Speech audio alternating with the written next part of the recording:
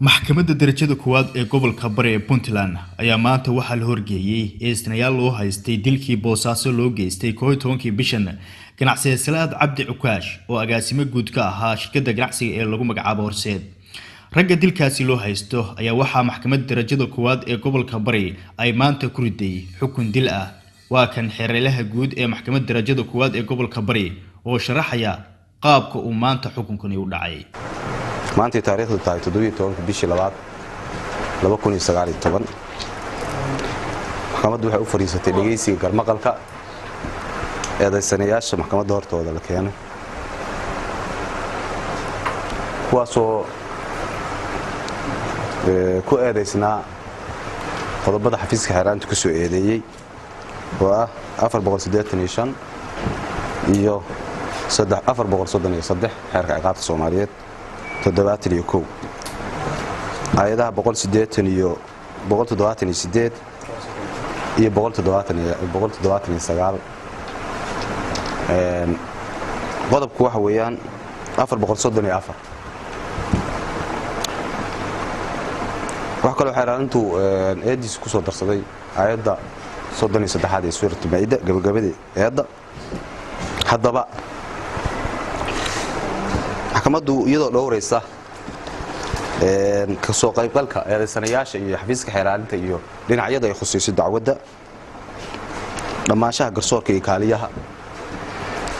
iyo saraakiisha ilaalinaysa ammaanka waxay dhageysatay go'aan ka soo saartay dacwad ciqaabeed lidku ah eedaysanayaasha Cabdifataax Axmed Xasan Farxaan Saciid Yuusuf محمد عبد الرحمن محمود iyo daahir dalmar saalax dhamaantood waxay ku eedeysan yihiin qodobada 434 iyo aayadahan soo sheegay markii aragtay maxkamaddu eedda xeeraanta iyo sababtay siyaabaha wax u dhaceen lid ku eedeysanayaasha sababtay dhimasho marxuum Salaad Cabdi Diiriye markay aragtay dhageysatay doodda xeeraanta maxkamadda horteeda ka soo jeedisay iyo jawaabtii ay ka bixiyeen eedaysanayaasha iyo qareenkooda markay maxkamaddu tixgelisay u baahnaanshaha cadeymaha rasmiga qofka lidka ku ah dacwadda ciqaabta la hor keenay maxkamadda cadeymo ay maxkamadda horteeda hore uga qoreen oo ay ku kala sheegayaan sababta ay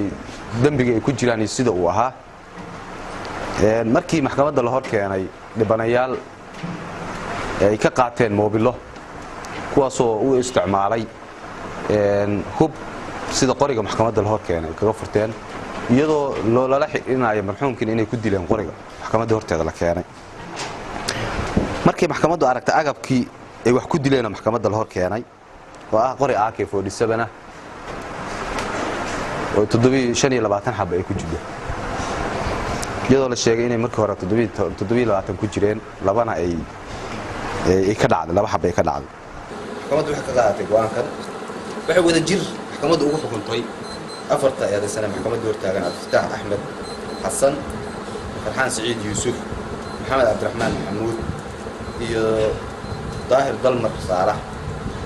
dil toogasha iyadoo u cuskanaysa maxkamadda aayadda